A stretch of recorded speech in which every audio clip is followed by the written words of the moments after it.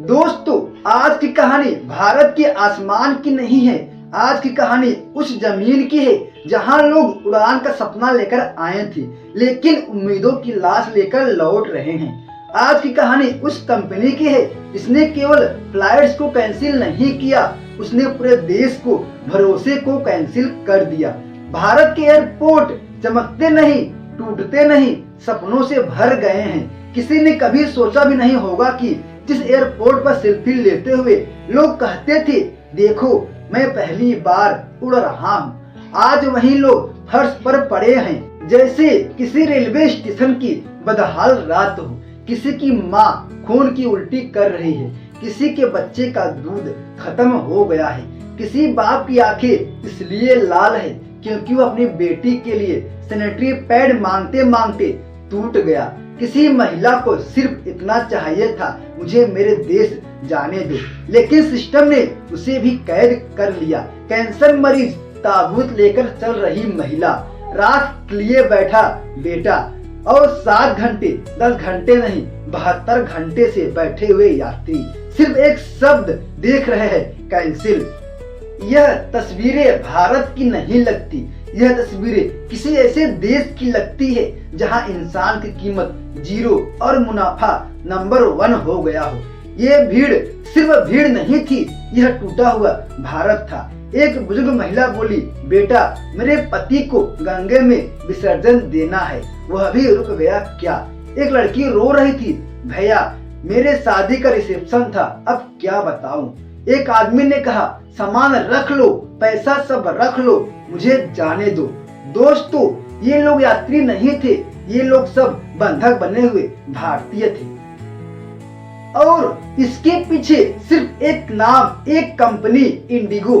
वह कंपनी जिसके पास 68% market share है, जिसके पास 470 से ज्यादा जहाज है, जो 8000 करोड़ कमाती है साल का, जिसके सीईओ की सैलरी 100 करोड़ रुपए है। उसी कंपनी ने 5 दिनों में भारत सरकार को झुका दिया, पूरा देश बंधक बना लिया, लाखों लोगों की जिंदगी रोक दी। और वजह ऑपरेशनल रीजंस। यह सिर्फ एक्सप्लॉयटेशन नहीं, यह अमानवीयता था। जुलाई से इंडिगो जानता था कि लेकिन लागू नियम होंगे तो जहाज नहीं उड़ पाएंगे, लेकिन नए पायलट रखने से पैसा जाता है। तो कंपनी ने क्या किया, धीरे धीरे फ्लाइट कैंसिल करना शुरू। दिसंबर में ब्लास्ट, देश को हिला दिया, सरकार पर दबाव डालो, नियम हटवाओ, और यही हुआ।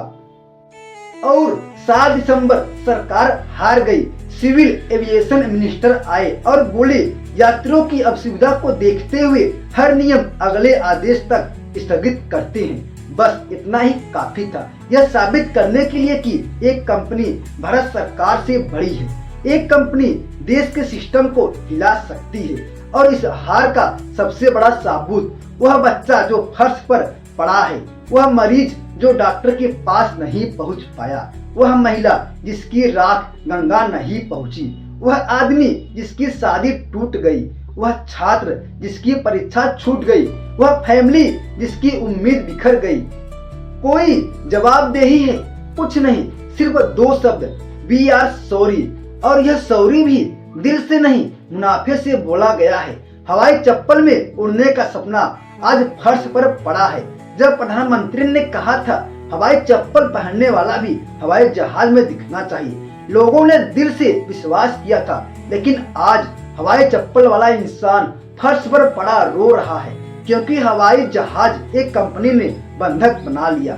सपना था उड़ने का, नतीजा मिल रहा है फर्श पर सोने का। ये जिद इंडिगो की नहीं, ये हार भारत की है, और सबसे बड़ी हार विश्वास की। और डर यह है, यह अंत नहीं, ये शुरुआत है। आज इंडिगो ने किया, कल कोई और कंपनी करेगा। आज आसमान रोका, कल इंटरनेट रोकेंगे, और परसों दवाइयाँ रोकेंगे, फिर बिजली, फिर पेट्रोल, फिर कुछ भी। क्योंकि एक बार अगर किसी कंपनी को पता चल गया कि वह सरकार को झुका सकती है, तो उसका लालच कभी नहीं रुकेगा।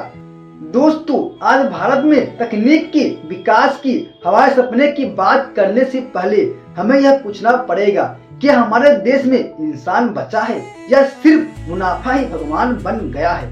यह वीडियो सिर्फ एक न्यूज रिपोर्ट नहीं है, यह उन लाखों लोगों का दर्द है जो एयरपोर्ट पर बिखर गए हैं और जिन्हें किसी ने नहीं सुना। अगर आप भी मानते हो कि एक कंपनी देश से बड़ी नहीं हो सकती, अगर आप मानते हो कि मुनाफा इंसानियत से ऊपर नहीं होना चाहिए, तो दोस्तों इस वीडियो को सिर्फ देखो मत, महसूस करो, सोचो और आवाज उठाओ, क्योंकि आज जो हुआ वह सिर्फ इंडिगो बनाम भारत नहीं है। और अगर ये वीडियो आपको पसंद आया हो तो इस वीडियो को लाइक और हमारे चैनल को सब्सक्राइब करना मत भूलना। धन्यवाद। जय हिंद, जय भारत।